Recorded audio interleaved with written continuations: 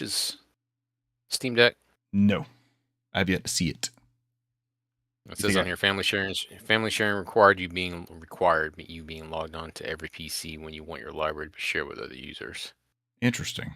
Is he gonna have to sign me in every time, or I'll just have to be on it? That's the old way. I'm looking at it now. Steam families behave differently. It's currently only available in the Steam Families beta brand, blah, blah, blah.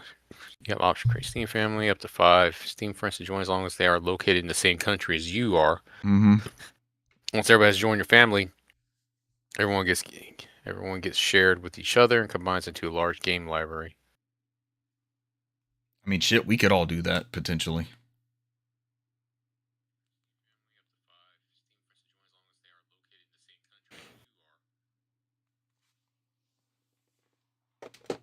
Cesar, don't spin your wheels troubleshooting it also. I know you're in the same boat where you're always trying to fix something or looking at something too.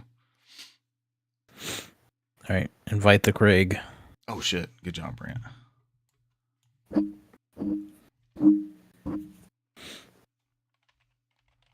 Thank you. Now recording. Mic test. Audio. Welcome to the new Steam family. All right, we're all here. Cesar was the first one. I was the last one. I was the last one in there. You invited the Craig. I know, I don't get it. Am I there now? Yeah, we all are. You were the first one. You were at 0. Your marker is at 0 seconds. With up to 5 other members of the household. You watching the official Steam video? Cesar's doing the Lord's work. Buish. Trying to. Buish, Cesar's doing the Lord's work for you. He wants you in the family. Is that also a Fast and the Furious reference? I was telling Buish I've never seen a Fast and Furious movie. Creates their own save games, earns their own achievements, and maintains their own workshop. I've at least seen the first one. There are 2 types of Steam family: adults and children. Other than that, fell off. Is that also a Fast and Furious reference? I was telling Buish I've never seen a Fast. Deciding which Steam features they can access, setting features they can, such as choosing what games children can play, deciding which Steam play. Children can now play. How are you going to set Buish up as a child or a spouse? Child, as he should be. His virgin ears and eyes can't play the naughty games. Yeah. He said he would share his library with me. I was like, it's just going to be 5 or 6 hentai. These codes I've sent him that you already have, Brand. Fast and Furious needs to be watched. No, I think there's a bunch of other things on my list before Fast and Furious. We'll get to the bottom of that. 5 is the best. 5 is a heist movie. That's the only one that I would care for. 5 is a heist movie? Oh, yeah, that's when they started doing heists. That was the best one. Like, they went into Brazil and they take, it's almost shot for shot before Grand Theft Auto 5 came out. Damn. That's awesome. They end up going to a bank and, like, lifting a whole safe out of the bank by racing with the cars. It's pretty damn good. It's the first one The Rock shows up in. He's an agent trying to take him down. I've had a whole safe lifted out of my retail establishment. Jackhammered out of the concrete underneath. Yeah, 5 is the best one. I just told that story to somebody. Because they were talking about taking collections from Brant. Imagine in your industry going to a customer's house and they're able to pay you, and then you're driving around with that cash from multiple people having given you compensation for whatever they owed. And I was like, nope. And not only that, but I refused one time to even take it to the drop box, and I put it in the safe, and then the safe got jackhammered out that night. NBA Live 2005. I think I've told the story on the show, but the day after NBA Live 05 came out, we had like 13 grand in cash, and nobody wanted to take that. Let's make it $8 an hour. I'm not driving in at like 1 o'clock in the morning to a drop box with 13K on me. So I'll put it in the safe. The safe is safe, right? It'll be there in the morning. I'll take it when it's daylight. The store got broken into and they jackhammered out the fucking safe. Oh, Buish, you're gonna have Buish do the research? I'm good with that too. Was that at the con years? Con years? Con No. years area. No, I was in the vicinity that I don't know if you remember the I was never in Old that. Toys R Us. Yep. Old Toys R Us. Right behind Old Toys R Us. That was my store. I never worked out there. I did Peachtree City sometimes, and I did Fayetteville sometimes, and I did Union City. And I did the Babbages in the mall one time. Wow. Because the fucking parents dropped their kids off there Babbages. like it was fucking daycare. And I never went back to that Babbages. Fuck Miss that Babbages, shit. Miss Rhino. We got to go all the way to Australia to go to EBE. It was a good company. Might still be with that company, but that's neither here nor there. Cesar, thank you for doing the research. Thank you. By the way, on that note, I know we're not like into the show yet, but somebody thanked me for like presenting something, and we should said like we have to stop with the Metal Slug thank you because it's bleeding over into everyday life. Somebody thanked me for presenting something, and I just subconsciously like thanked them back. I said thank you, but it was like a little bit under my breath. Cesar was like, "Your Witcher time." It was just like a subtle. They were like, "Thank you, Richard," and I was like, "Thank you," just because I heard thank you. I was like, probably shouldn't have said that. I don't think anybody like caught it. Do what? We don't sound like it's some kind of weird fetish. Yeah, or like Brick. Remember Brick from The Middle, where he would like repeat stuff? Somebody'd say something, he'd be like, repeat stuff. Just down to himself. Show The Middle was pretty good. All right, we got a bunch of people here. I'm assuming Renee is on YouTube, but we don't have confirmation. Or it might be Cesar on YouTube. Yeah, might be Cesar on YouTube. Renee's working, so it depends on if he's unloading a truck right now or not. So I gotcha. Yeah, Buish has been troubleshooting and thinks we have to be on the same network. I think it's what we're going to try first. Buish, watch Cesar's video. That might get us there. All right, you guys ready? Let's go. Ladies and gentlemen, welcome to episode 368 of the NOFODcast. We are No Outside Food or Drink, the Southeast premier video game and Fast and the Furious appreciation podcast. That's right. We've seen all the movies. We've played all the game tie-ins. Do y'all remember that Keeley where they got The Rock out there and they were talking about the new Fast and Furious game? But it was like, I mean, the movies are still coming out, so I'm not going to say it was like way past when the movie came out, but that was a couple years ago, like the December Keeleys, I believe. Come early for our recording. It's usually 8-ish on a Friday night, and we will talk nonsense before we actually get into recording the episode. Tonight's preamble consisted of a bunch of Fast and Furious talk and friend of the show, Buish, shaming myself and Brant for not having watched a lot of the movies. And Cesar proclaiming his love for the fifth one, which is a heist film. And which one's the GTA 5 plot line? That is 5. it's pretty close. Fast and the Furious 5, GTA 5, same plot line. Save yourself wanna go 50 too much hours of gameplay. Detail about the final ending of GTA 5, but that's pretty much what they did in that movie too. So, Which one came first? I'm Film or game? Curious now. kind of not. Because that game is much GTA older 5. than they've just been re-releasing it on everything. GTA 5 was what, 2013? I think. Yep, 2013. Mhm. Fast and the Furious 5. Because we were at that Sony press conference when they announced the native PS4 one. Remember that? They did the trailer. 2011. Okay. I mean, that plot was written well before that game came out. I wouldn't say they're a direct correlation, but same universe, Fast and Furious and GTA. A lot of parallels. There are. Even the numeric values. Tonight's news, when we're not talking about Fast and Furious and GTA games and films, EA has been acquired, ?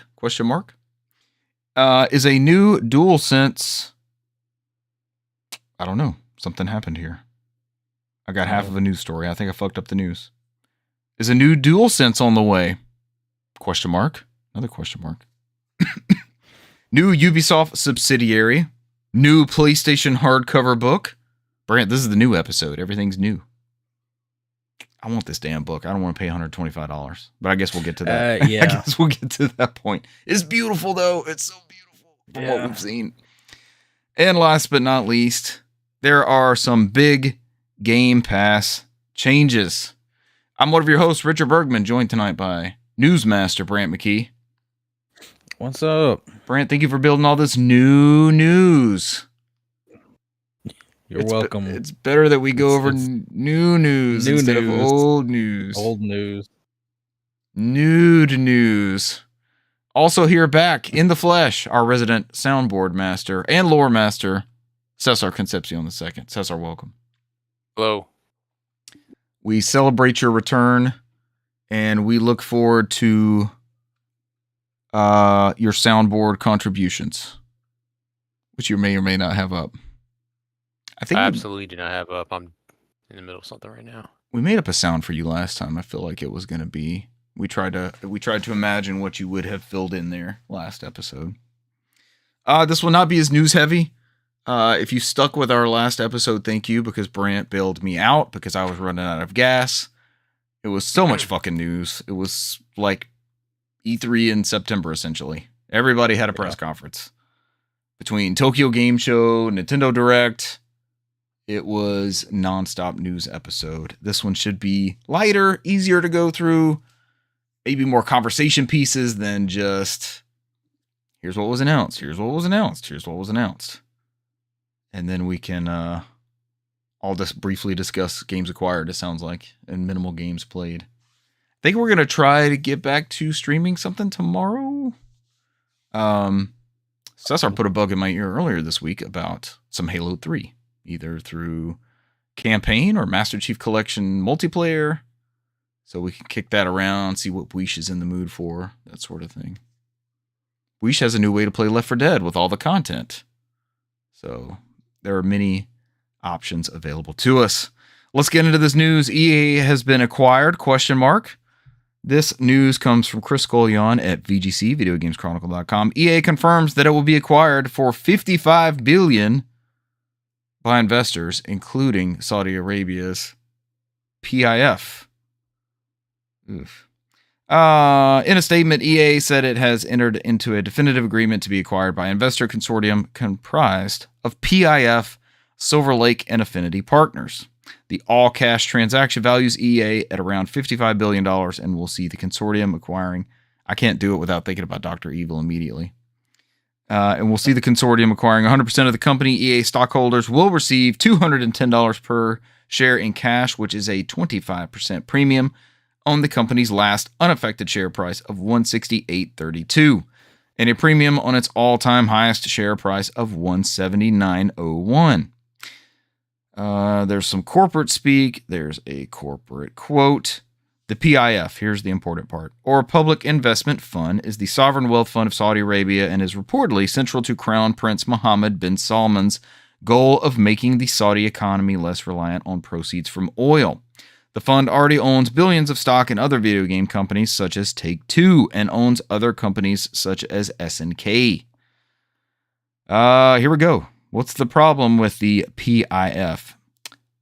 In recent years, Saudi Arabia officials have said its investments in the game industry will help modernize the kingdom, but they have come with negative fallout due to the country's high criticized human rights abuses.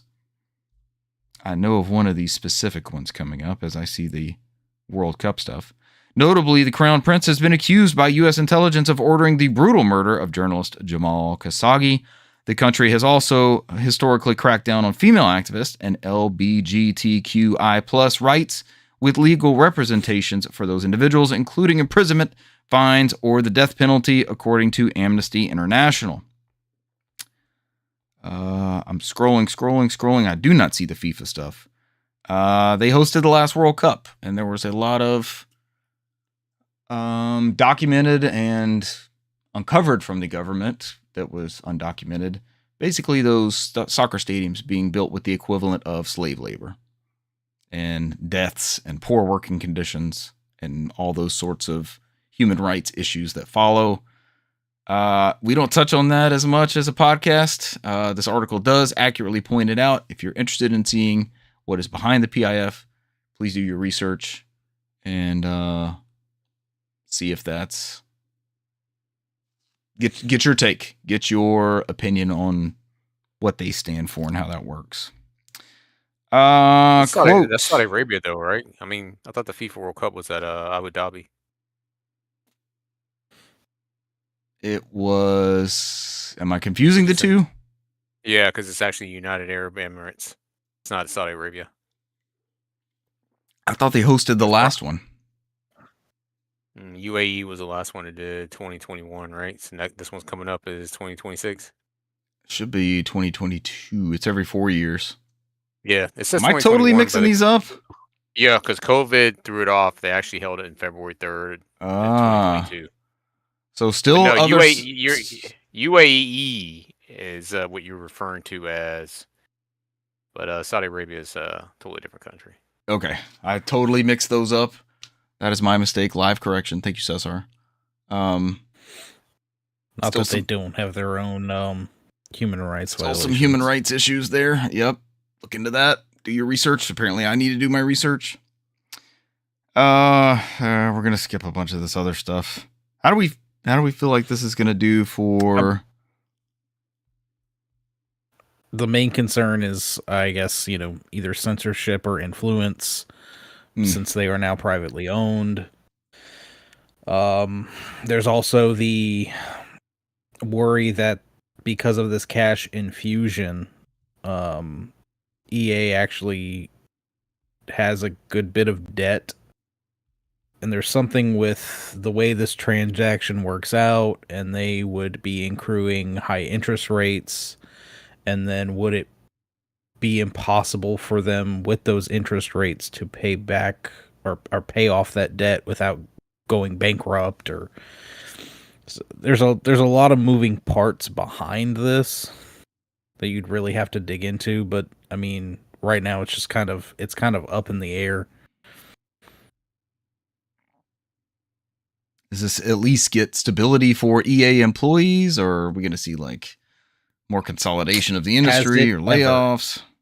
Yeah. I'm about to say, has it ever? Every time we've seen a major buyout like this, that is one of the worries, is that there may be a push, just like there already has been in the industry, to go more with the AI-based assistants, to where, we don't need these people because we can have AI write that portion of the code, or we can have AI do this whole one little portion right here and not have to worry about that. So we don't need, these people over here. And it's, I mean, Microsoft just did that with freaking all of, what was that, King? And the Candy Crush people. That mobile department had them help train and write that whole AI code, and it just replaced them. So Qatar hosted the 2022 FIFA World Cup. So we were all sorts of mixed up. Totally bungled that one. Are they at least close to each other? I had totally combined the two. Donde está Qatar? And I remember because the U.S. was like gunning for that year, and it seemed like a suspect thing that they ended up getting it. Let's move on. Sony is reportedly set to release an updated PS5 DualSense controller. It's going to have one major feature. This comes from Chris Scullion at VGC, VideoGamesChronicle.com. The new DualSense controllers will replace existing models and feature removable battery. The site cites its source as Grax Zardi, who says correctly revealed Microsoft Flight Simulator coming to PS5 and leaked the box version of the Elder Scrolls 4 Oblivion Remastered. So I saw all those pre-orders go up for Oblivion Physical Edition. Do we know if the game is on the disc, or is this still... That's I what got think an you had said. email today Yeah? from Play Asia, and that copy was confirmed to be on disc, not a code in box. At least the Play Asia version. Yeah. I think we were all dreading that it could potentially be. I think Cesar had seen somewhere it was a code in a box. What I said on the website. Yeah, to answer your question earlier before we jumped off on the whole World Cup thing. But yeah, I mean EA is now a private company, right? So Yeah. you don't have to answer to stockholders. So you're not as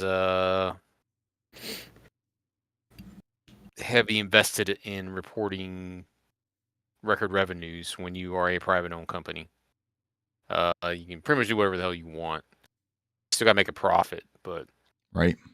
it gives you a little bit more leeway. So that's what that's why a lot of companies that were trying to make Ubisoft go private. Instead, they did that deal with Tencent where they end up splitting it and choosing certain franchises, and then now they're selling off other franchises they don't use, because that's why you sell franchises you don't use is not a good thing. And then people argue like, well, they're not doing anything with it, but I mean, Sony's not doing shit with Patapon, but they still own Patapon. Somebody else is just doing it, and they're still getting the royalties for it. So that's typically what you want to do. But you're selling off IPs altogether is not a good look. So that shows how much you're hurting for money, because you're willing to take that hit versus doing the long game where somebody can just cake you the money. So Yeah. So we're in a better, the political angle of it aside, is EA in a better position for content creation and new games and another Mass Effect? I don't know what that looks like. They are in a better position as they don't have to worry about reporting record profits to investors. Yeah. Investors, shareholders, and that all in those that aspect are very more often to be like, okay, here's EA people. Hey, look, we want to go back to this franchise. We really liked this. We think we could do a new entry. And they go, no, work on more FIFA, more Battlefield, more this, more that. We need the money makers. Right. So no third Mirror's Edge, that sort of thing. Mirror's Edge didn't make enough money. And that's why you get Square Enix like, we need to sell 30 million copies of Tomb Raider, Yeah. So, and then on your other story with PlayAsia, I would advise you guys to be careful on your orders from PlayAsia because tariffs are in play. I have a package that's been stuck in UPS from PlayAsia for the last 45 days in customs. Wow. That they wanted me to pay an additional $100 to get out because of tariffs. No way. Jesus. So then PlayAsia came back to me and said, hey, we saw you have a second order. Do you want to go through the U.S. Postal Service? I'll save you on the tariffs. It's like, sure. And they did that, and my package got seized by the U.S. Postal Service, where they destroyed immediately because they said it was falsified postage on there. They destroyed it? I had to go. It's destroyed. It's a new law they just passed maybe 3 or 4 months ago that they are not required to process orders. They seize it and destroy.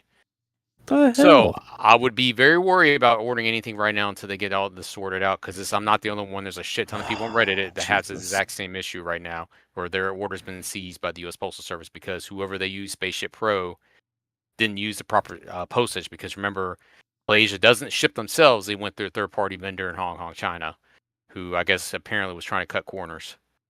And thanks to the new law, your product is seized, and you have to go through PlayAsia to get them either A, refund you, or B, send you another package. And right now they've been so slammed that they haven't been very responsive to people. So if you go on social media, there's a lot of people screaming at the clouds right now about where's my stuff, and they're just posting a picture of their screenshot from the U.S. Postal Service that their package was seized. So I have hopes for my UPS one, even though it's been there for 45 days. Because it's just sitting in customs, apparently. That's when I called them. I had to sit there and wait for an hour on hold to call UPS International. And then they finally answered me. It's like, yeah, there's nothing we could do, man. The U.S. government's got your package. It's like once they release it from customs, they can actually push it through. So at this point, I haven't been ordering anything internationally because no matter where you're going, this is the exact issue you're going to run into. So it's not worth it.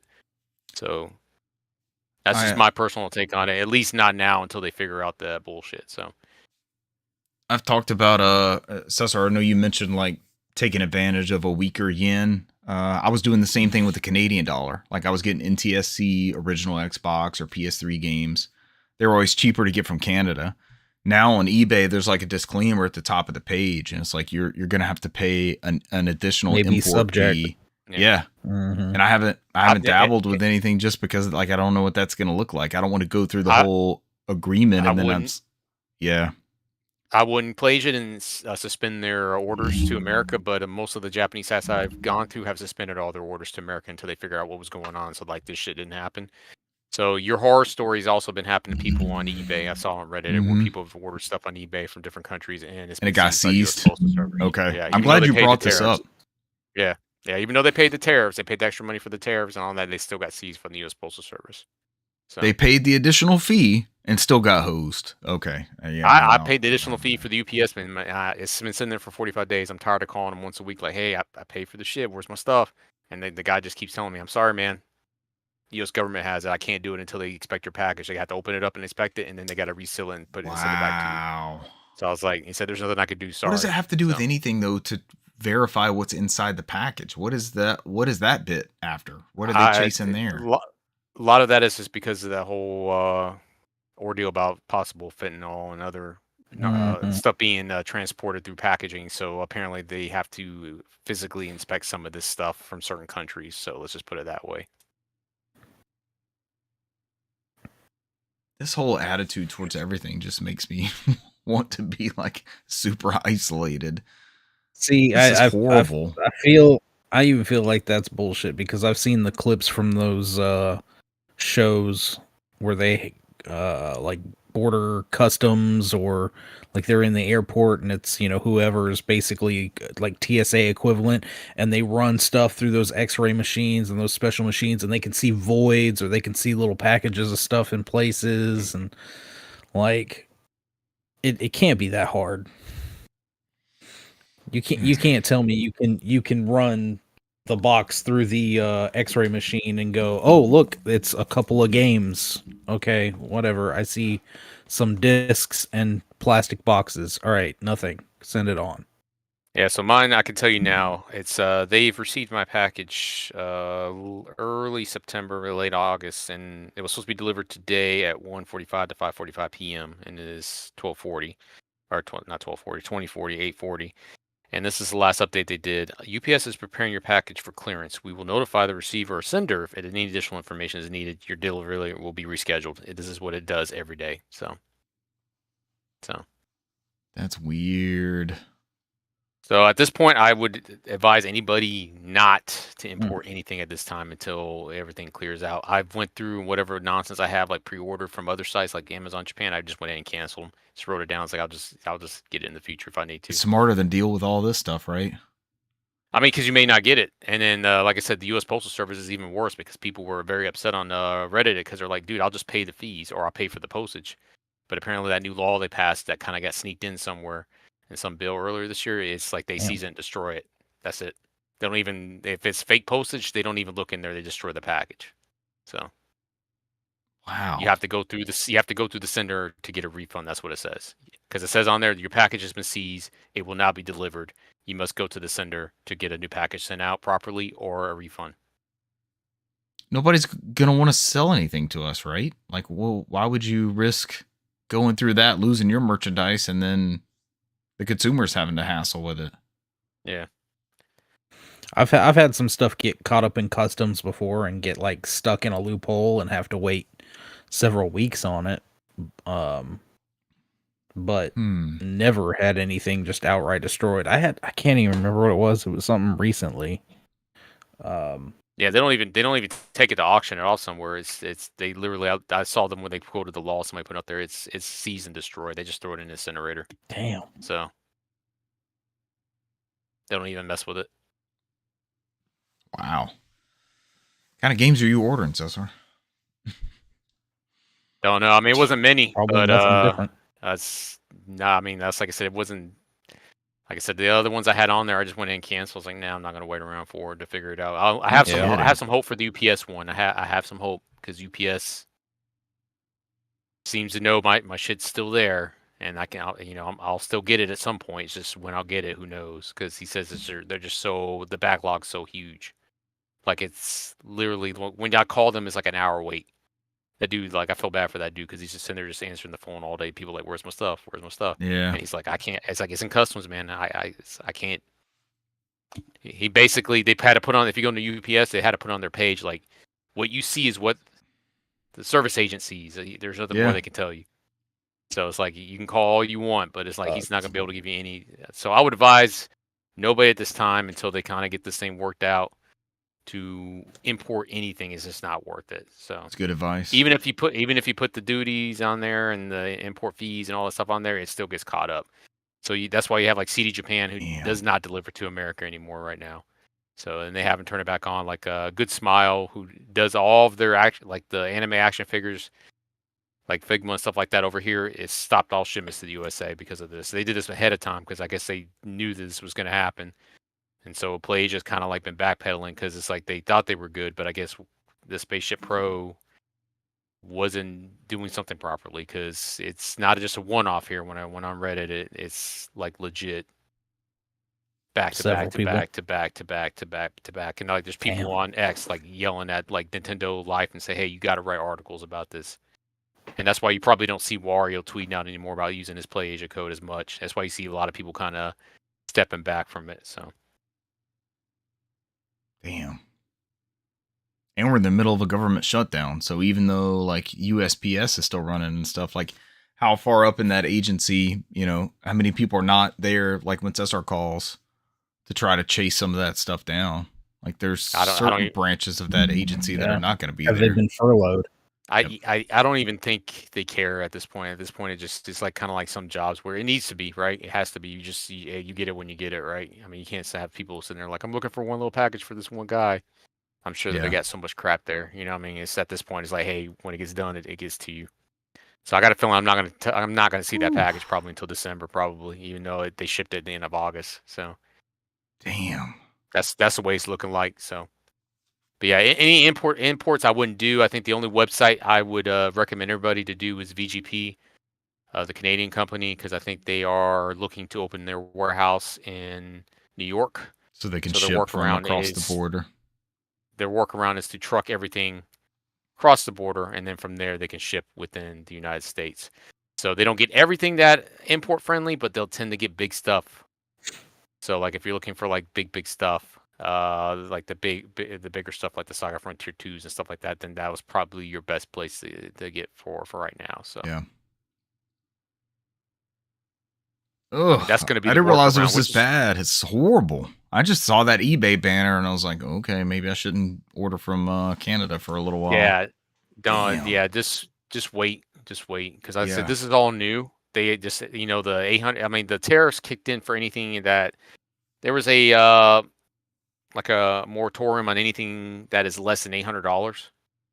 And so you didn't have to worry about that for years, for decades. I think the last person that did it, I can't remember who it was. It was in the 90s probably. I remember the last president did it, or maybe it was a while back. And so that's gone now. So that's why you have all these waterlogged stuff in there. That price limit that's over. Yeah, that's gone. I mean, it's because it used to be a high amount, and typically, unless you're a distributor or manufacturer for a company, you're not going to hit that amount, right? So typically, we're going to spend what 100 the most, 150, maybe 300 on a bad day, right? Once in a blue moon for a console or something like that. Yeah. But at this point, I don't think there's a limit anymore. So that's why every package has got to go through. Every package has got to be paid. Every package has got to be inspected. So. This is going to run out at a certain point. This is a hard bargain being driven, and these companies are going to start losing money, and they're going to be barking up the right trees. I mean, unfortunately, they're just going to stop doing business like some of them just have been. So, like Good Smile doesn't do business in the U.S. right now. So, it's just the way it is. So, hunker down, play what you got. Yeah, I mean, at this point, play what you already have. At this point, I mean, I'm at the point now. Like, if there's something I really, really want to play, and I can jump between stores, I just buy digitally right now, and I'm just like, if I really like it, I'll get a physical copy later. You know what I mean? At that point, the Steam Autumn Sale is live, so yeah, some good titles in there. I just don't have I mean, I'm not gonna stress out about it. I just at that point, it just made me to go. It just forced me to go a little bit more digital now at the point in time. So, or lean into the backlog. which is always a good thing. Yeah, like I said, unless it's something I really, really want to play, I just buy. I just go ahead and buy the American release, which is digital. Usually, I tend to go physical for those ones I really, really want, like DC Capo and stuff like that. Mm-hmm. But there's no physical release here. I just have to buy the digital one and hope that somebody will release a physical copy of it at some point. So, because I do like collecting for that series. I think that's like the 10th game in that series, and I have the first 9. So, yeah, it is what it is. Like I said, it's going to curb spending, and these companies are going to start raising a fuss about this stuff going on. So, hopefully, get a resolution at some point. Some point soon. Stop the squeeze on consumers. Right. We want to spend. We were briefly talking about the new DualSense controller. And the Possibly having a removable battery. I think that was about it, though. I only brought it up because Brant brought up his play. I about to say you said something about the Oblivion, and then I said the Play Asia sent me. And that's where we got off into that. We needed that. Hell, that's good information to know. Like Cesar said, if people are asking for it to be reported, I haven't seen that at all. And I've been looking at these things on eBay. I get Canadian games all the time off of eBay, but I've seen that disclaimer and I was like, what the fuck does this mean? I've seen the disclaimer, but I haven't heard like what Cesar said. That where they're nightmare. Holding on to your shit or destroying it. But the fee, I'm assuming the fee was already going to get me close to what I would have bought the US one for, right? So it's like it's not the deal that I was getting before. So your best bet is if you stay away from the postal service, because at least UPS they may charge the hell out of you. They're like, oh, you need to pay more money, but it seems like you're right now at this time you will still get it from a UPS or FedEx. If it's postal service, they're following the US law where it has to be seized and destroyed. So I wouldn't gamble going on the USPS, even though that seems to be the cheaper route. Yeah, we won't. Everybody heed this warning. At least for now. We'll try to update you when we know of anything different. All right. Take it week by week. Listen to us week by week like you have been. So let's wrap up the story and move to the next one. There's rumored to be a new DualSense V3, which will have... But before you finish that up, you can still... There's a US release of Elder Scrolls Oblivion. Oh, yes. Yeah, there is. So it's you don't have to import that one specifically. I think the only confirmation that is there is some kind of internet download. So I think the only thing somebody had mentioned from Bethesda or something like that. I think Wario had retweeted it or something like that, where they mentioned that if there is a disc, I think the digital deluxe stuff, like all that's going to be on code voucher. So not everything's on disc. Horse armor. We don't know exactly. We don't know if the full base game's on disc or not, but just an FYI. For people who wanted to buy a physical copy, and why it's $39 is less than in the digital copy. Yeah, the deluxe too. Are there going to be tariffs on the horse most armor? Of those? With most of those Microsoft releases, at this point, I expect them to not have the full game on the disc. I mean, you're absolutely right on the Bethesda ones, but the Gears one. I'm about to say sometime. Gears just had an update. That's all it had. I think it was a multiplayer one, probably. Mm-hmm. Balancing on Gears Reloaded multiplayer, which we still have to try out. Brant, I've tried to get us through this DualSense controller. I'm going to let you bring it home. What are the changes? Why am I interested in a DualSense V3? What is it going to bring to the table? I mean, the only thing they touted is that it's supposed to have a removable battery, right? And I mean, I guess at one point or another, aside from the possibly your sticks failing, the biggest thing is that battery. Battery has a finite recharge cycles and stuff. Yeah, that the cells are going to diminish. It's not going to stay charged as long. So, hey, it would be a lot easier to just pop that battery out and pop something in. I think the article does mention that this doesn't mean that they're going the route of say Xbox, where you can pop some AA's in there. This is just going to be like a door, kind of like harken back to the old days of our cell phones when you could actually take the rechargeable battery out of your cell phone. But that was about it for this DualSense V3. Moving on to this article from our old friend Sal Romano. Sal Romano, Gamatsu. Gamatsu. Ubisoft launches a new subsidiary. So they've announced launching of Vintage Studios, the newly formed creative house, in which Tencent owns a 25% stake. It is now responsible for some of Ubisoft's largest franchises, including Assassin's Creed, Far Cry, and Rainbow Six. And then there's just the rest of this article is just like the press release talking about that.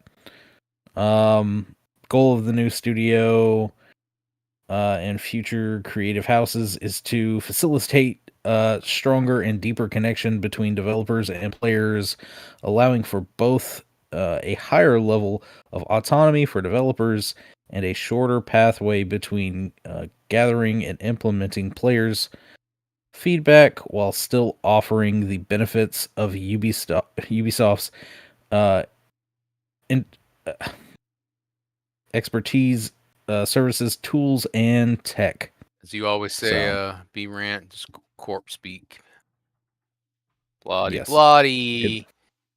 Gamers Nothing happy, but a bunch of- bloody. We may record profits because we're just handling 4 or 5 franchises and not our whole catalog.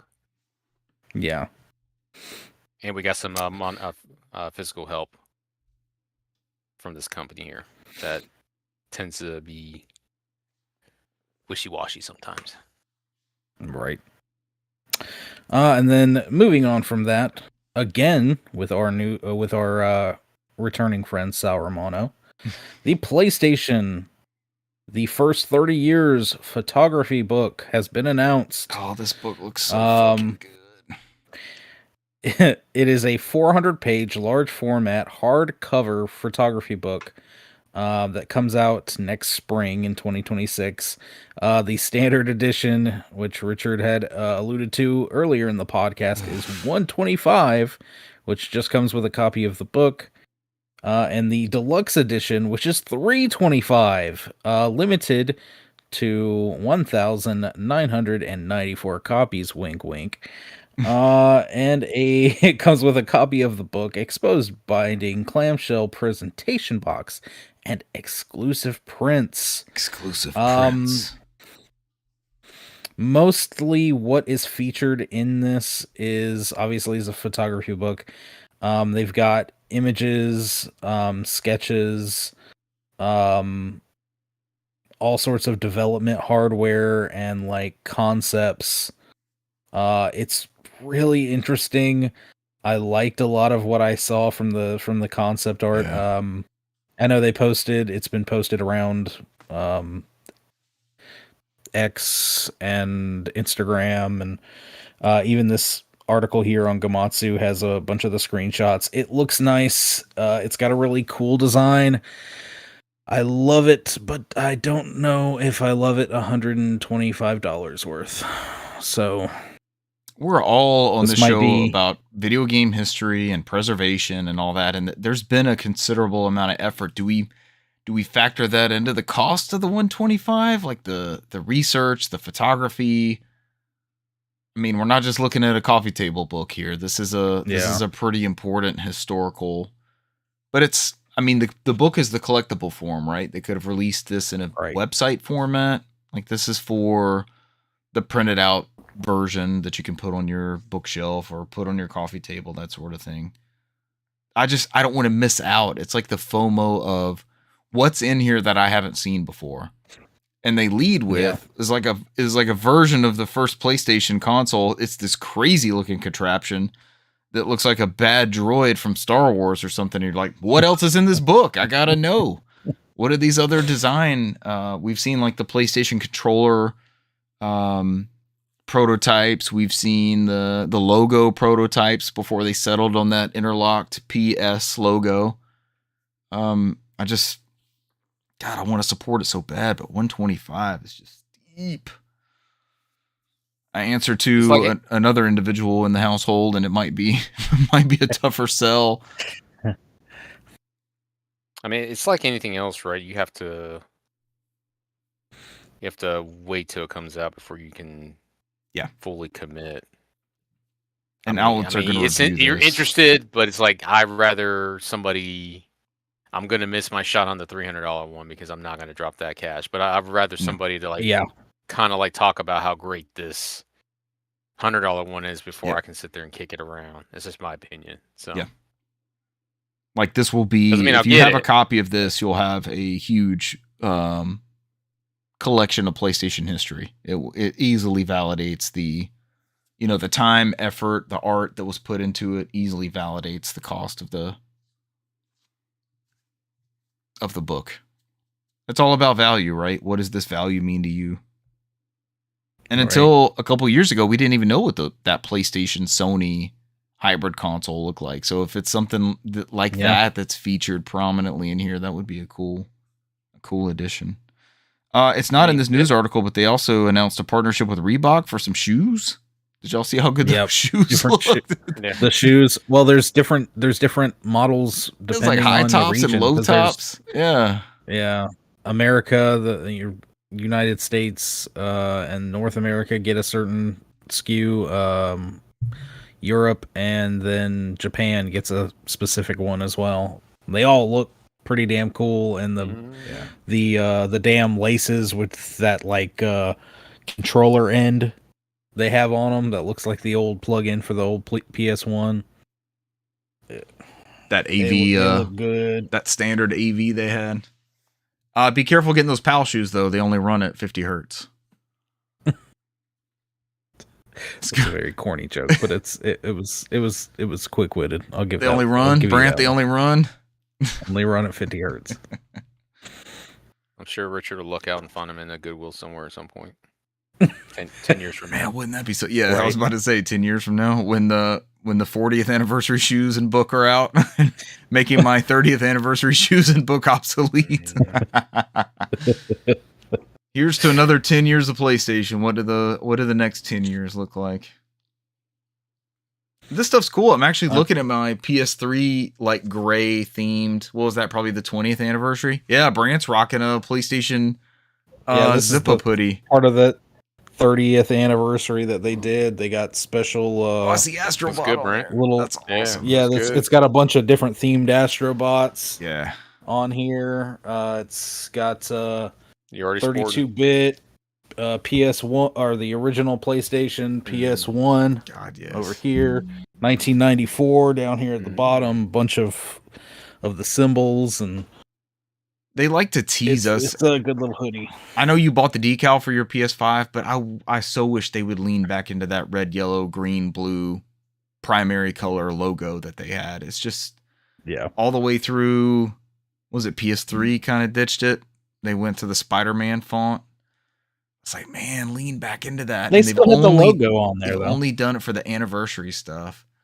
Yeah, but it's not that primary like boot up PS1, PS2 style PlayStation logo. It was iconic, and it was iconic in multiple regions. That's not just us. Like, it was huge in Europe, huge in Japan. So hopefully this book is super cool, like Cesar saying. We get some previews, and it's nice.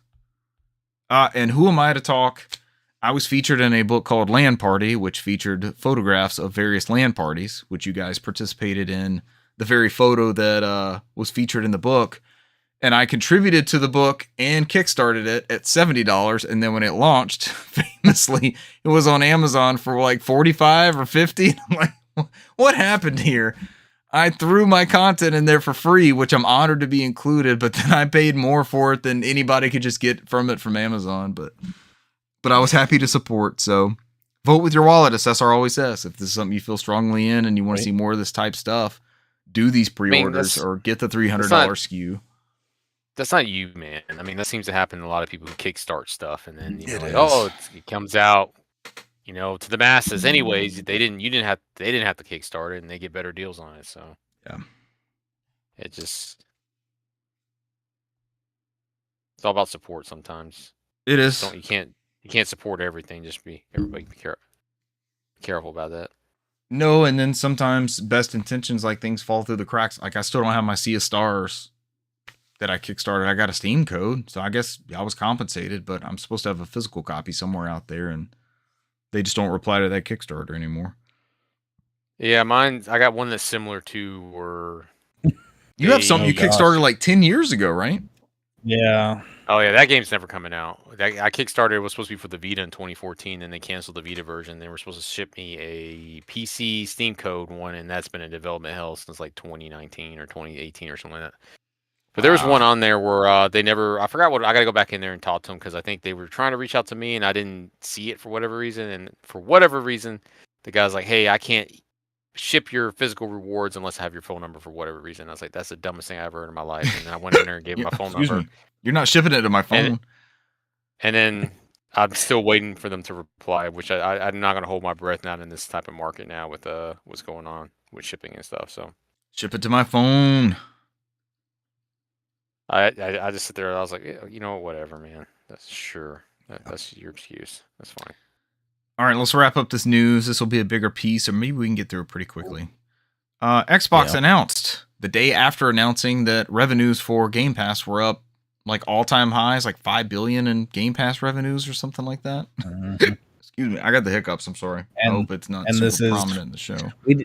We didn't talk about it last show because we had so much going on, but they did announce the release, the pricing, and they've already released of the Xbox ROG Ally handhelds. Oh yeah, which were $600 and $1,000, and then they also went up on the prices of the Xbox series again, and so now you actually have almost a $1,000 Xbox as well.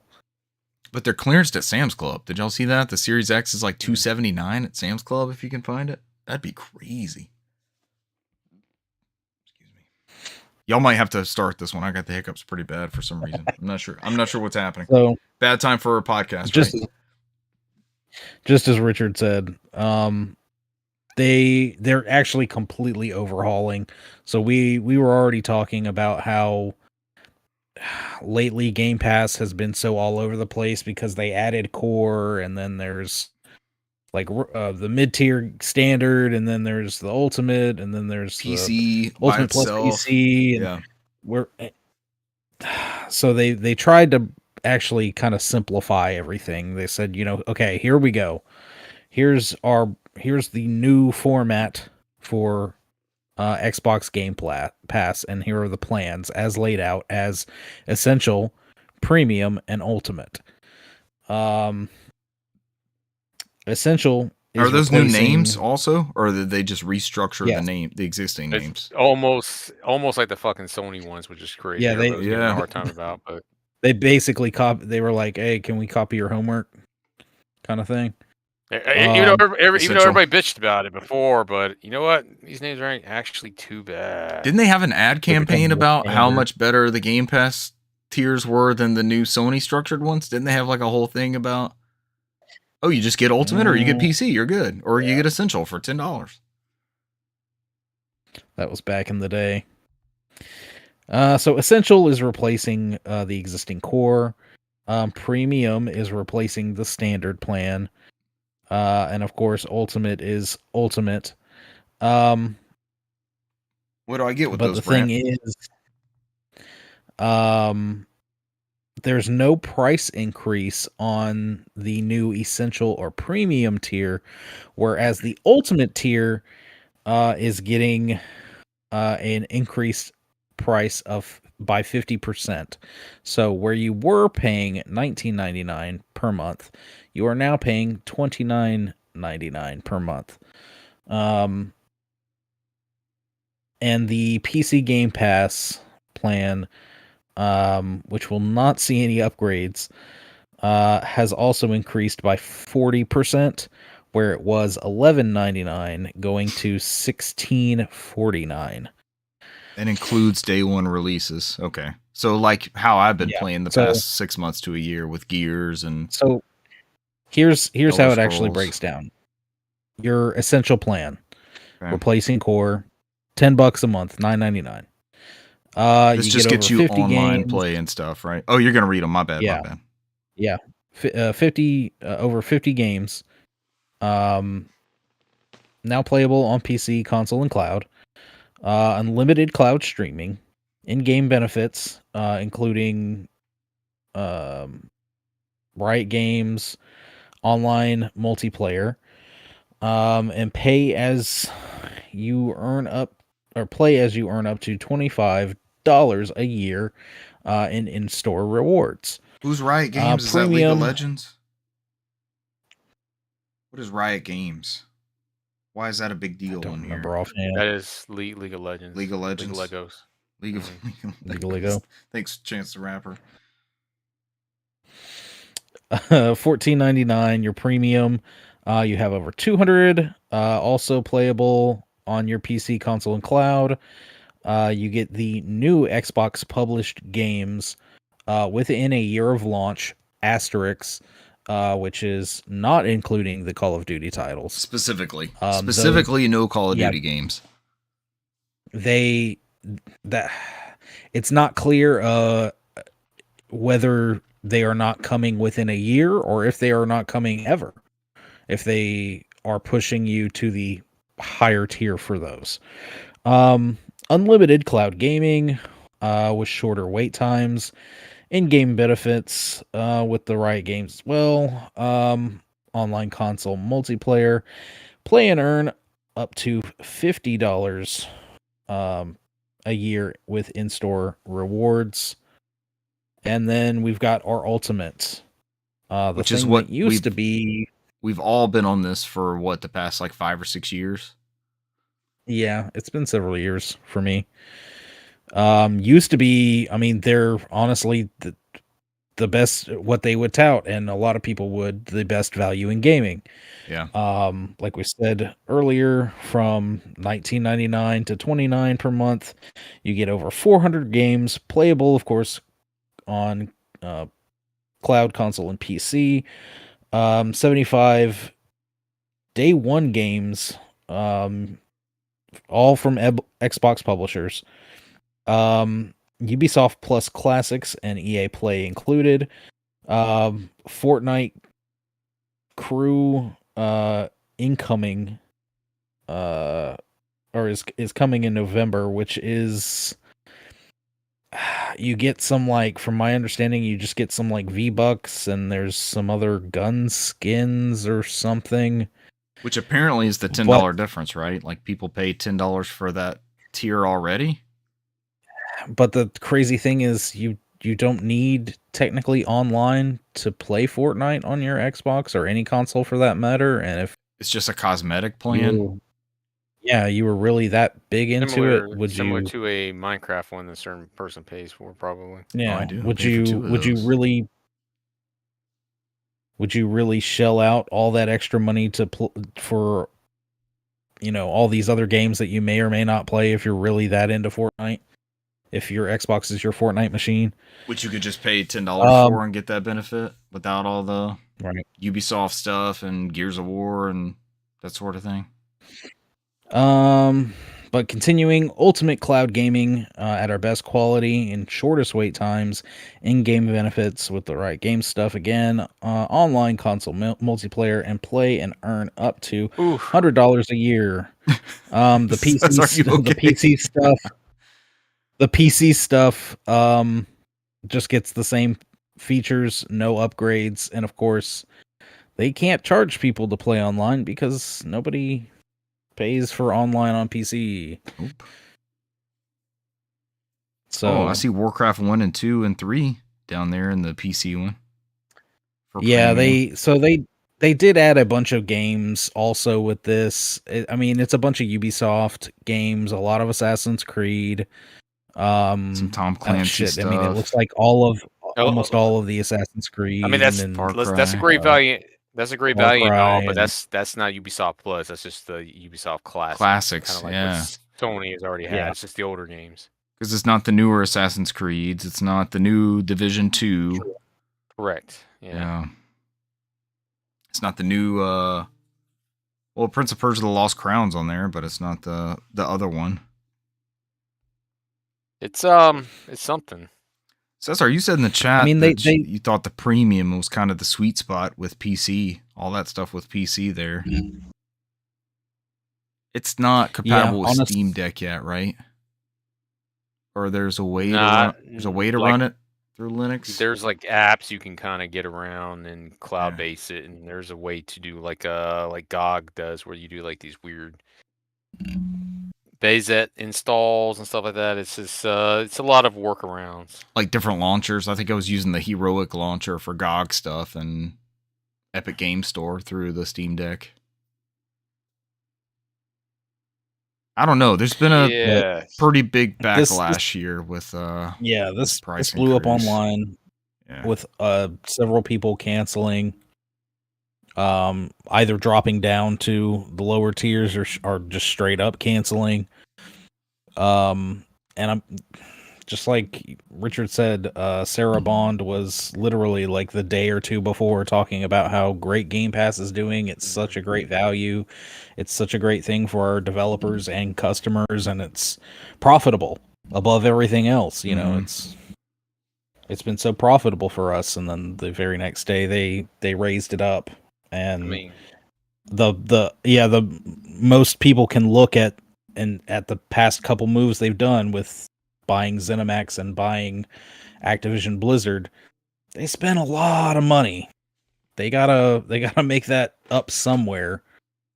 And one of my most look forward to games, that studio, like the Perfect Dark game, that studio doesn't even exist anymore. That was one of the things I kind of had circled on my subscription. Like, coming up, this is something I know I'll get day one. It's pretty awesome. But my argument that I've been saying for a long time, and I didn't mean to interrupt you, is they finally started separating their new release games. Like, you have to pay for the higher tier one. Like, they're gonna force you to buy a la carte now at this point if you wanted to play Gears of War E-Day, right? If you have the middle tier one. Oh shit. So it's like you had to have Ultimate, I think, for the day and date ones, right? So that's the thing I've been seeing is people looking at that like, okay, $30 a month. You're talking $360 a year. They're like, is it just going to be cheaper for me to drop back to one of the cheaper plans or the cheapest plan and only buy like the games I want, like I did back in the old days? Because yes, you've got over 200 games or over 400 games, but there's only a finite amount of time. And I mean, I already don't have enough time to play the games I want to play. So that's what I'm starting to compare and look at. What's the point of having all these games at my fingertips rather than like saying, oh, well, I can download this or boot this up on the cloud and screw around with it for a little bit. Yeah. Then put it down and never touch it again, or, whatever. But. And I've enjoyed the flexibility of like, we all of us pay for PlayStation and Nintendo and Microsoft online capabilities on some tier, right? So, like these cross-play games, like we've been playing Delta Force. We haven't the past couple weekends, but that's been like our most recent online multiplayer, right? You guys have been on PlayStation. I just happened to have more room on my Xbox, and it was a non-factor because I'm in both ecosystems. It really doesn't matter. I just had space, and I just sent it to the Xbox. I think I remote installed it, and it was just easier to just send it that way, and that's the one I picked. But now it's going to kind of funnel me into deciding one or the other. And all of a sudden, they make that PlayStation online service, those different tiers, look way more enticing. And they make Nintendo's value look really, really good. We already knew it was pretty solid with the benefit that a certain individual has hooked us up with. But I don't know about this. Cesar said in the chat. Remember when it used to be $50-$60 a year? Back in our Xbox 360 days, or shit, when PlayStation was free. And the value is you get a lot for this. And Cesar said in the chat, like, if you're in this ecosystem, it's fantastic. And everybody's seen the jokes going around. This is the new Xbox 360 because it's going to cost $360 for a whole year of this service. They're back to that. But I'm seriously considering, like, I don't know what that looks like for me. Well, what do we play on Xbox that all of us play together and have to have that? Like, I've been Steam, paying. I have Halo Infinite. I have Halo Master Chief Collection. It's usually what we play the most together Yeah. on a regular. I can play that for free on PC. Yeah. I'm good. I don't need to have a subscription-based service to play Xbox games anymore. So it's different for Sony. It's different for Nintendo. So I think I'm getting there with you because I bought Yeah. Gears Reloaded on PS5. I didn't get the Xbox one. And I got a free upgrade on that one because I had the license from the other. I'm not benefiting from Game Pass at all. And Halo Master Chief Collection, I have a digital license for that. I don't need Game Pass for that one. I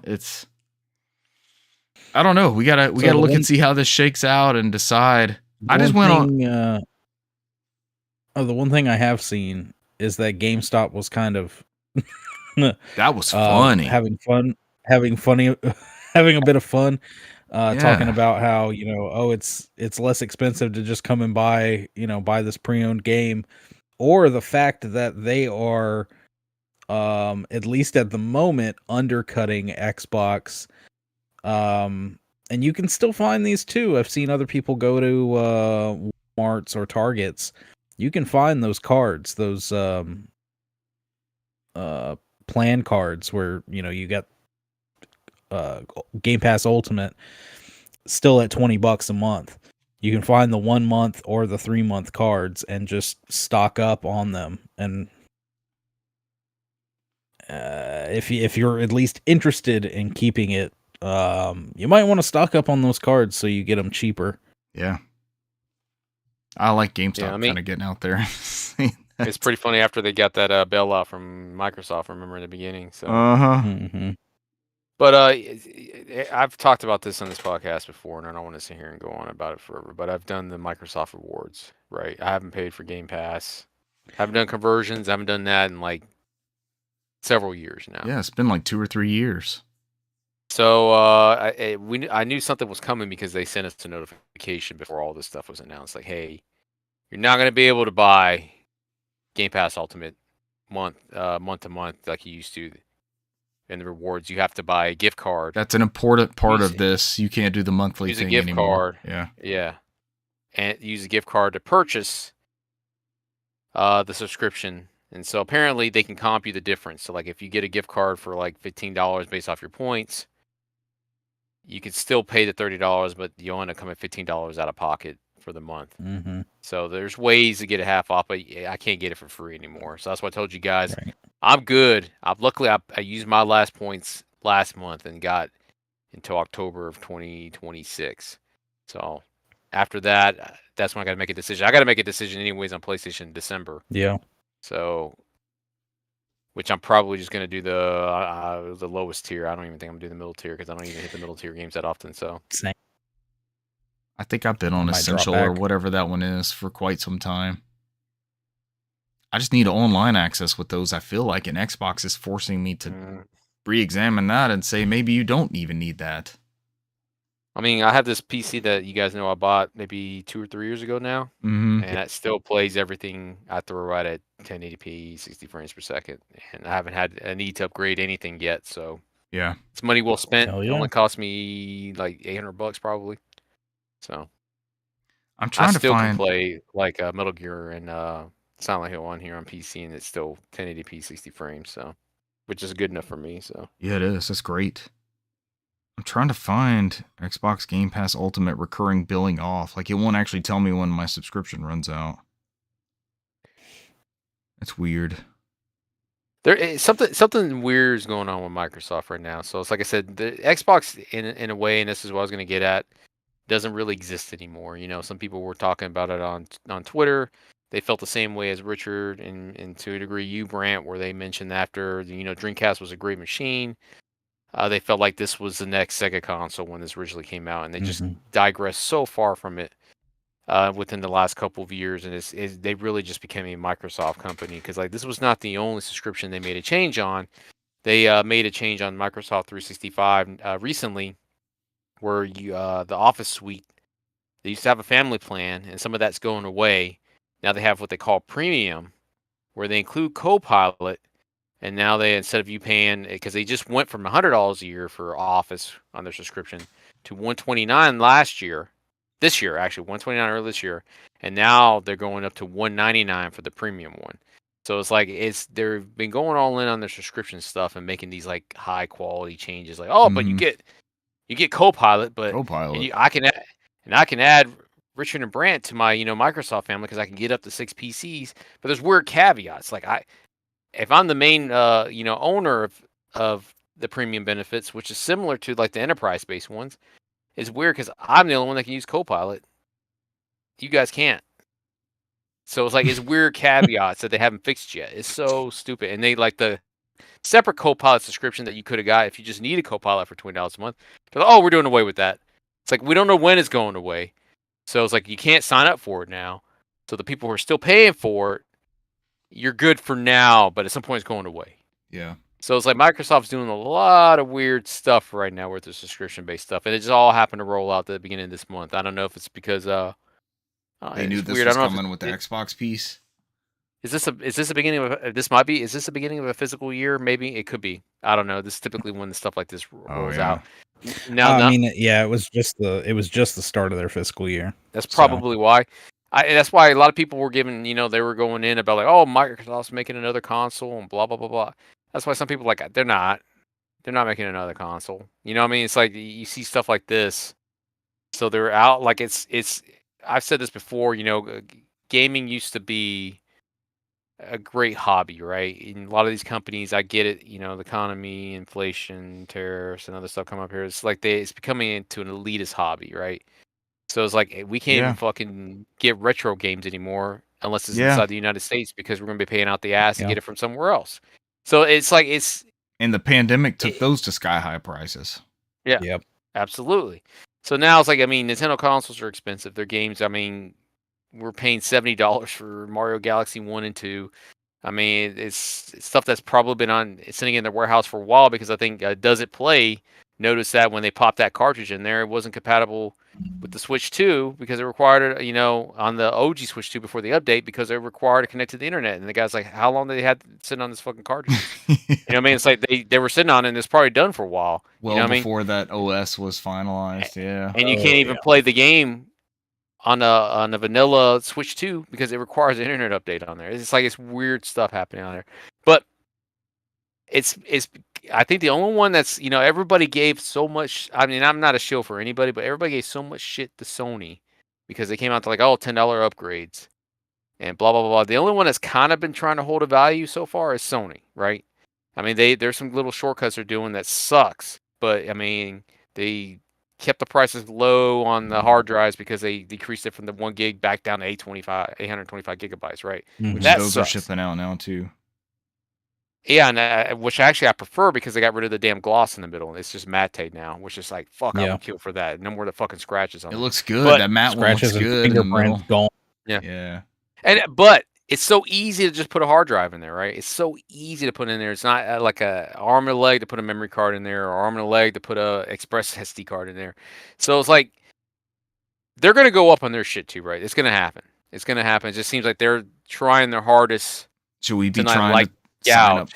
Should we sign up for a year of that maybe before it gets crazy? They're gonna go up, right? But I don't think they're gonna They're not gonna reactively go up because of Xbox, right? They're not gonna do that. But it's like Sony seems to be doing it when they have to.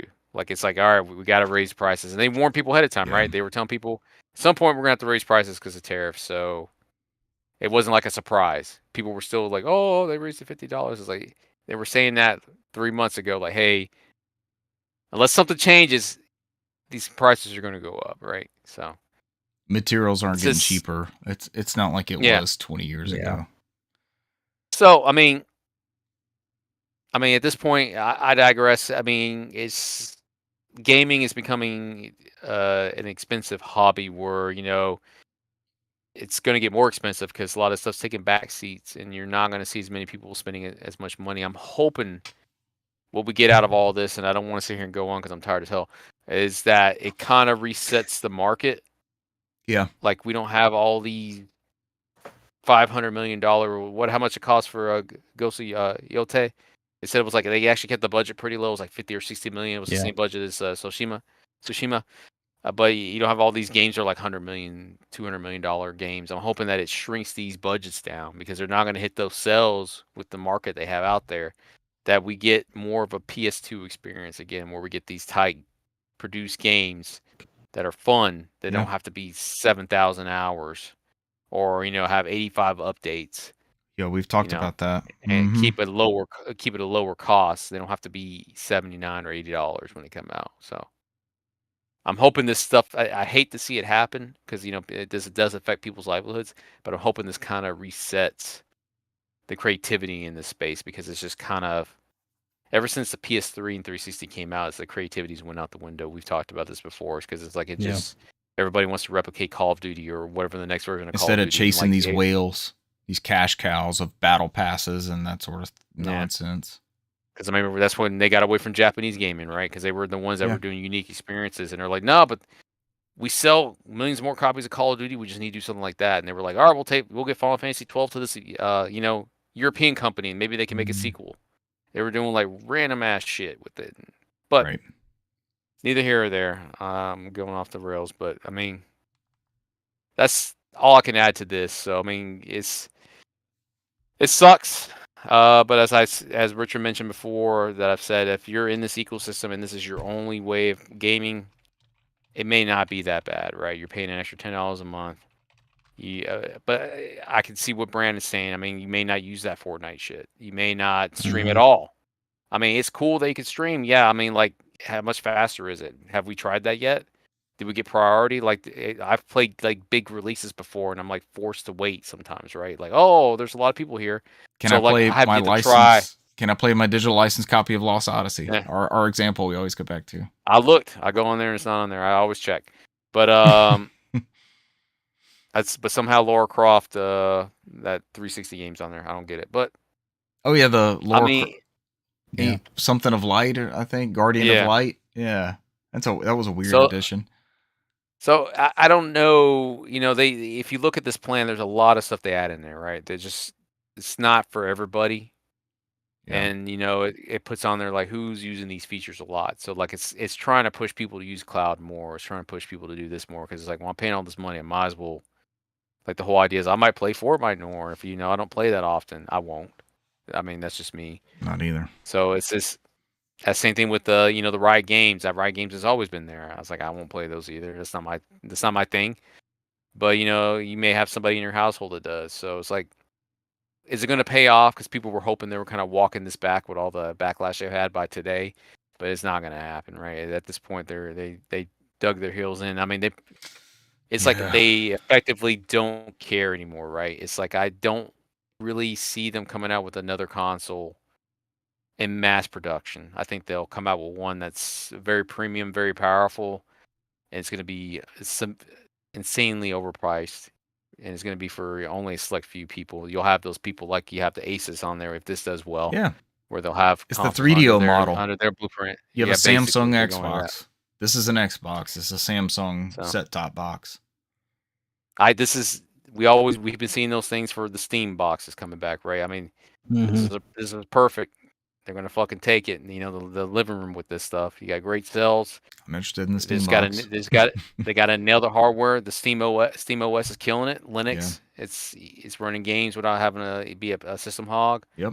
So, I mean, we already got Buish on the ecosystem, where she was. I don't know if he was ever going to plan to be a Steam OS ecosystem person or not, but Renee's in there too. He wouldn't have to pay for the monthly. I think that ruled out Renee too, right? He wasn't subscribing to any of these nonsense things. He could play Halo with us if we switch to that. There's a lot of pros here. There's a lot of pro consumer stuff for us switching over here. Jumping to PC. So, I mean, people are worried about the competition, but I do see, Steam kind of moves at their own pace. I do see Steam coming in and kind of like, all right, we're going to, kind of move our way into this market and kind of push people here. So I finally dug deep enough into my Microsoft account. I'm good on Game Pass Ultimate, since I'm very similar to you, until May 24th of next year. I must have bought a 12-month code or something and thrown it in there.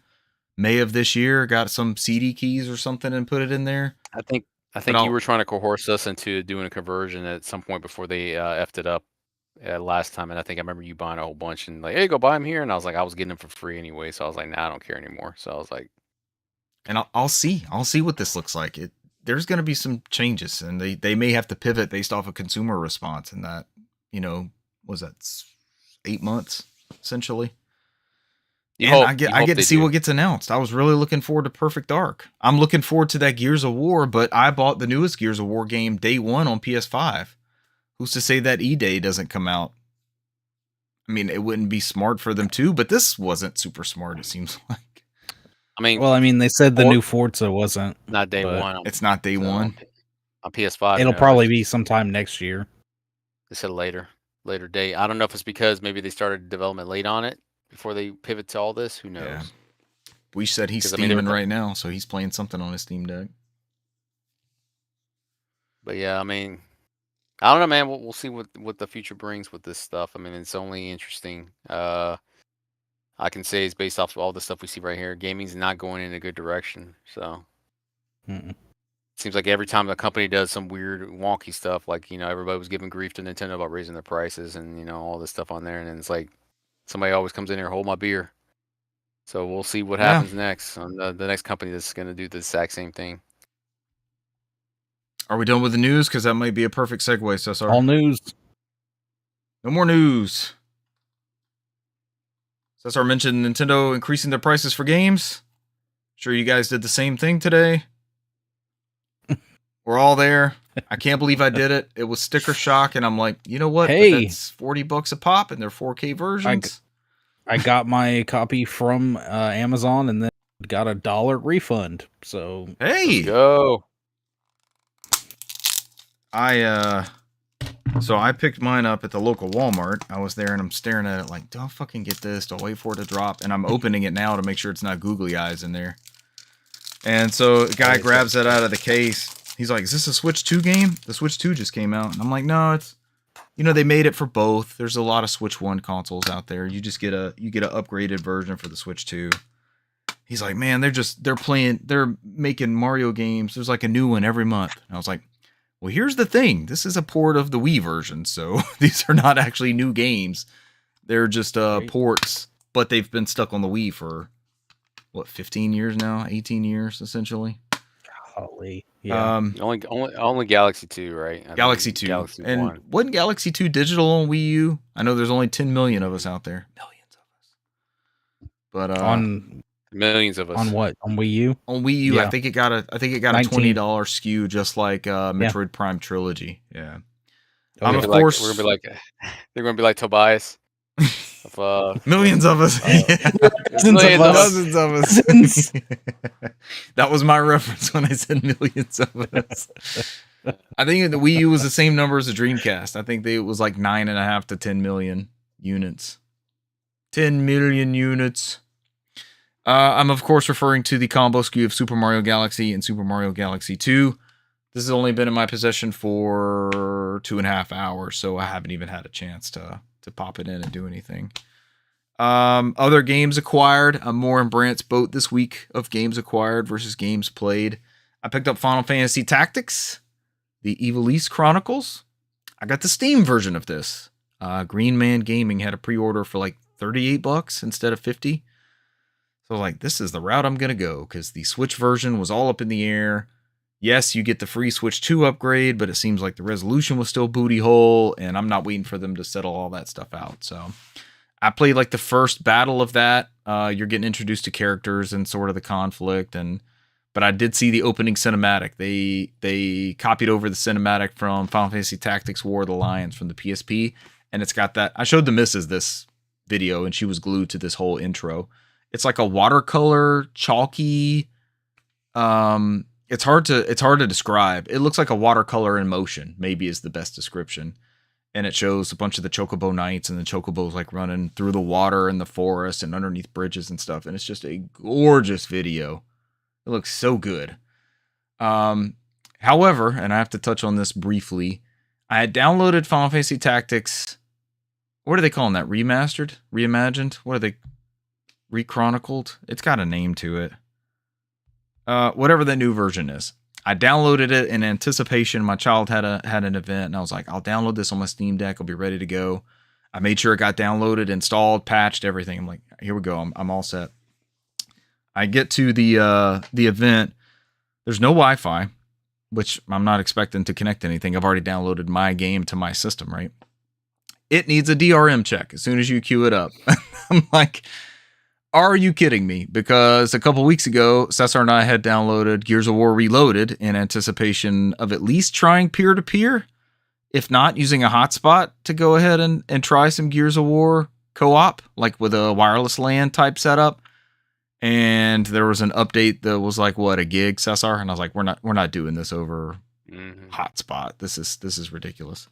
So twice now in the past couple weeks, I've been thwarted by DRM, and that was that goes up with next generation gaming, and this is an Xbox and all that sort of stuff. If it doesn't know and verify that you are indeed using what they call an Xbox, it's not going to allow it. And the DRM on Final Fantasy Tactics was the same way. And it gives you, like, once you connect, I read that if I had just fired up the game and it connected that once, I was good. You can put the Steam Deck in offline mode, and it won't try to do that DRM for a certain amount of time. I don't know if it's like 7 days, 14 days. I don't know what that window looks like. But game plays beautifully on Steam Deck. I know both of you guys have one. I don't know if you all picked up a copy or what console you were going to try to go. I'm eventually going to get a physical PS5 copy of this as well. Everybody was raving about it on Reset Era. Like, this is a great version. They're talking about different builds and stuff. And I've tried to play this across various forms, PS1, PSP, and this seems like the way to do it right now. So I think that's it for me. I have a game coming. Buish and I a couple months ago were playing Dynasty Warriors on PS2, and I realized I had none of them for the original Xbox. So this one actually came from the US. That's when I discovered the Canada thing, the import tax fee banner on eBay, and I was like, maybe I don't go that route. But I got a pretty good offer. So Dynasty Warriors 5 is coming. The last one for the original Xbox is coming through USPS or whatever it is at some point. So those are my games acquired and games played this past week. Fun fact, I beat Final Fantasy Tactics on OG hardware in 1999. On the PS1. Let's go. Yep, I've never beaten again ever since. So yeah, but I know you picked up War of the Lions for PSP. You might have bought that for me back in the day. I also made sure I recruited Cloud, certain characters from the Final Fantasy My 7 bad. series in there. You're trying to beat around the bush and be vague, and I'm just throwing it out there. Mm-hmm. I think Balthier from Final Fantasy 12 was on the PSP one, and he is confirmed not in this remaster of this one as a recruitable character. Yeah, eventually I'll get around to it and play it at some point. I did pick up Mario Galaxy Collection as well. I played a little bit of the first one. I got it, came in yesterday. Okay, early. And I played a little bit of the first one, and I don't think I've ever played it on the 3D All Stars. So didn't either. I did do the handheld mode. It felt good. Where I think it was like R1, it ties to, uses the gyroscope. If I wanted to do it into the handheld mode and just kind of point with the gyroscope to get the star bits and aim and shoot. Yeah. Or you can do standard like Joy-Cons, which is, it mimics the Wiimote, or you can do on this one, I think, the mouse controls. Mouse which we've all seen controls. the video on there. Those are your ways to go. I've did a little bit of both on all of those. So I've probably got to the first part where I just met Rosalita, bitch. And shout out to his name is Dashy, right, on YouTube? Dashy. Oh, Dashy. Yeah. And where she's kind of explaining, where she's kind of explaining like, oh, we're stuck here, and blah blah blah, and you have to. I'm lending you Luma and to go do your thing and blah blah blah. So how does it look in handheld mode? That's my hesitation. It looks really, really good. It runs at 120 frames per second. I can definitely tell it runs pretty smooth. And I think I played docked, and it does play 4K. But I don't know. I mean, it does when you go in the game engine. When it goes to video still seems like it's 480p upconverted. So it's not like a smooth experience. But I'll let y'all be the judge when y'all play it. I primarily been playing handheld because I haven't had much time to sit in front of a TV, unfortunately. Right. And when I do have time, I've been segueing into this one. I've been playing a lot of Silent Hill F. I hear good Recently. things about that. Are you enjoying it? I'm enjoying the hell out of it. Yeah. It's very unique. It is the first Silent Hill that takes place in Japan. It's in a town called Ebi. Ebi. I'm so fucking tired. Ebisugako. Okay. Gaoka. And so it's like an old town that's similar to like a mining town. It's like a fishing town or something like that. And they tend to try to mimic some of the stuff from Silent Hill that they done in like the mining town in America. They just kind of do with a Japanese twist and not do too much of it. So it's like a small rural town where most people tend to have one job. There is a local deities there, which is the Oanari, which is like a kitsune, which is like a fox gods, which a lot of the elders there kind of like worship at shrines, and they worship them for various reasons, health and luck and money and whatnot on there. Right. And so you play as a girl, high school student, Hinako, and this takes place in the 60s, right after World War II. And so, like, when the game starts out, she's leaving her house after her father is in a drunken stupor. Basically, you get this whole impression that he's like a physically and emotionally abusive. Mm. And so she's just like, I'm going out. My friends, her mom's begging her not to go, and her dad's like, he's just saying awful things to her. He's drunk, and so it opens up this journal where it just kind of goes into like it breaks out these back story for these characters, and you can go in there and find out about her mom, where she used to protect her when she was a child, and take the abuse that way she wouldn't get hit, and now she's gotten older, she's been just more compliant about it. And then she talks about her sister, her One-chan, her older sister, who just got into a marriage and left. And that she was like always there for her, and she's kind of like abandoned her. Kind of now that's not the way she feels. And so it goes into like her friends, like Sakuko, Rinko, and Shu. And Shu is like her Osanana Maji, which is like her childhood friend. It's a male character where they're very close. And they would play like these make-believe games and whatnot. And so that's like kind of like the background on there. And as you go through, after you leave the house, after you had this fight with your father, you go deeper into the town. You get more of the atmosphere of like the shrines, and it's more of a quiet place. You don't really run into many adults. And as you run into your friends, you start seeing the fog kind of creep in. And there, like I said, I don't want to go too much into the stories, especially if you guys will play it at some It point. sounds great. It's pretty good. I've enjoyed what I have on there. I mean, there's a lot of psychological stuff on here. It reminds me more of like Siren, like kind of like what Team Silent Hill did with Siren. Like they kind of took some of that in there. We enjoyed Because playing there that. is a- We were playing it years ago. There's a sanity meter in this too, where you can time up your sanity to kind of counteract attacks, block attacks at certain times. The only thing you may not like is it does play a lot like it's not a Souls Edge game, Yeah. but it's Souls adjacent. So You have to parry and block and all that. but it's not difficult. It's not like it's timing is like it doesn't give you small window. They give you abilities to see like flashes and stuff like that to do it, and it's not unforgiving like those ones can be. But you do have perma break on weapons. So like there's no guns in this game like they would be in a traditional Silent Hill game. You have like a metal bar, but you can only do so many hits before that bar breaks, and then you have to either A, find another bar, which there's not many of them out there, or still bar, or B, find a weapon kit, which there's not many of them out there.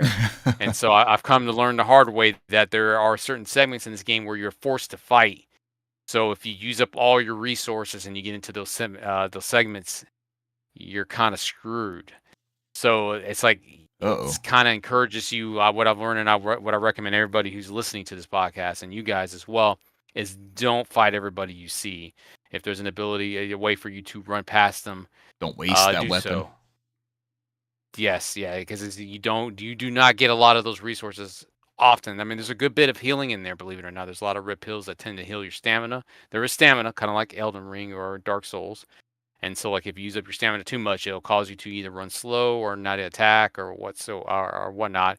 You do have a light attack and heavy attack, and so there's certain combinations you could do on enemies on there.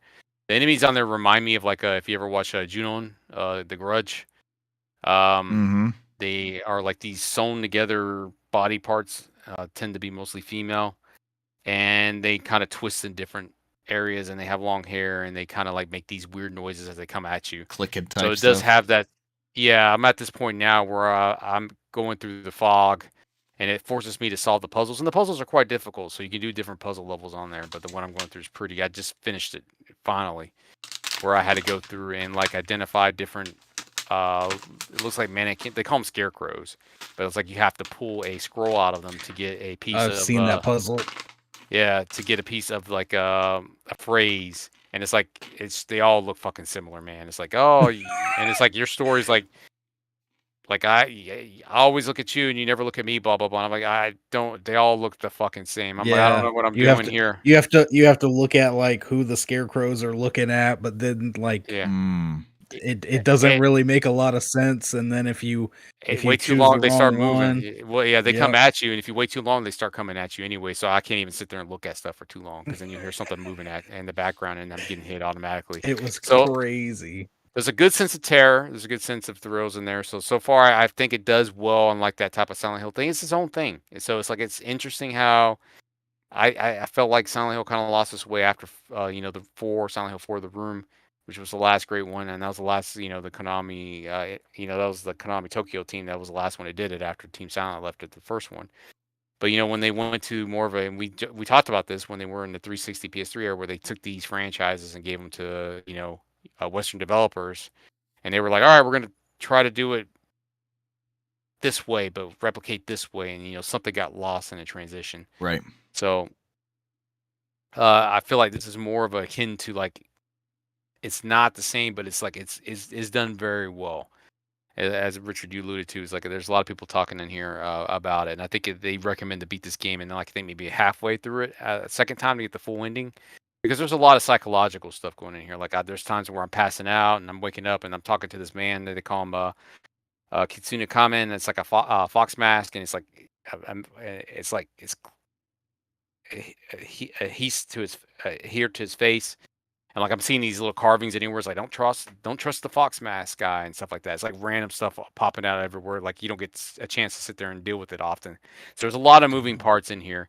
And like one of her childhood friends is already perished. I won't say who. And so like that's already thrown in there too. So it's like there's a lot of moving pieces in here, and it's like it's enough of a slow down and pick up, slow down and pick up. It's done very well, kind of like a traditional Silent Hill would be, but in their own flavor that NeoBards was able to create here, without having to try to replicate something and do it themselves. It's different from Bloober Team. It's like it's a Silent Hill game, but it's not like Silent Hill 2 or like what they did with it. So that's awesome. I've enjoyed my time with it. It does. I think it's tough to say. It's that Unreal Engine shit in there, so you do see some jank. Like there's some frame rate stutters here and there that I think I see that too with Metal Gear Solid Delta, where they have that Unreal Engine shit that they still working on, where you have like this weird like I hate this engine sometimes. So, but that is probably a majority of what I've put my time into this week. I'll hopefully try to finish that out. And in between sessions, I'll do the Mario Galaxy. But after that, I'm just gonna go ahead and head this over to the brand to finish up here. So, I really hadn't gotten a chance to play much. Games aside acquired from Mario Galaxy. Games acquired. Two Konamis, of course. Metal Gear Solid Delta and what Cesar was just talking about, and the game that sold over 1 million copies already. Yeah, it's successful, just like Silent Hill 2 remake. Just over its first week. Metal Hill F. Metal Gear Delta also sold 1 million shortly. Oh too. yeah. So Konami's hitting it, and I want to support these games. And lately, Konami has been actually churning out some pretty good games. So I want the old Konami back, baby. But that's it. Like Cesar was saying, I've heard so much good about Silent Hill F. I started seeing some gameplay. I'm so in. I want to play this game so bad right now. It's perfect time. You know, Pop it in, spooky game. it's the Brant, you season. love a spooky game. Yeah. Yep. Love a spooky game. So I want That's it for me. Before we leave, I want to throw out there if I will also be attending. Check your local theaters. October 22nd, they're putting Nightmare Before Christmas back in movie theaters in full 3D. So, Ooh. Hell yeah. so I bought my tickets for it. So I'm day one in that. So I will have to look. Yeah, that sounds awesome. I think it's one day only, just an FYI. So October 22nd.